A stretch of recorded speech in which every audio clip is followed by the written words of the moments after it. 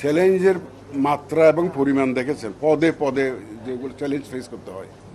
এবং আমি একটা কথা লাস্টে বলেছি, ইট ইজ দ্য কমিটমেন্ট যেটা আপনাকে এগিয়ে নেবে অনেক। আমরা আওয়ার কমিটমেন্ট ইজ টোটাল। এখানে কোনো আমাদের কমিটমেন্টের কোনো ঘাটতি নাই। আমরা ঠিক জাতীয় নির্বাচন যেটা করেছি, আমরা যেভাবে করেছি তার চাইতে বেটার খারাপ হবে না। আমরা চাইব তার চাইতে আরও বেটার করার জন্য। কিন্তু সুতরাং ওইটাতে স্ট্যান্ডার্ড আমরাই সেট করেছি, ওই স্ট্যান্ডার্ডের নিচে তো আমরা যেতে পারি না।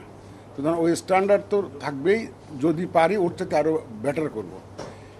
এখন আশা করি ইনশাল্লাহ সবার কোপারেশন নিয়ে আমরা পারবো, কোনো অসুবিধা হবে না। কারণ আমাদের তো অনেক লেসন তো আমরা পেলাম, আমাদের তো শিক্ষা হইলো অনেক।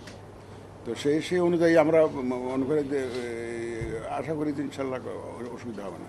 দিনক্ষণ এখন বলা যাবে না, বললে তো লাভ নাই, শুধু শুধু বলে না। দিনক্ষণ এটা অনেক ফ্যাক্টরের উপর নির্ভর করে। আমাদের কিছু আইন কানুনের আমরা সংশোধন করতেছি, বিধিবিধান সংশোধন করতেছি, এটা একটা সময় লাগবে।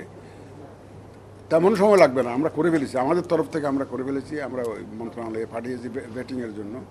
এটা হয়ে গেলে আমাদের মোটামুটিভাবে প্রকিউরমেন্টও আছে আগের থেকে কিছু ইস্যু করার জন্য।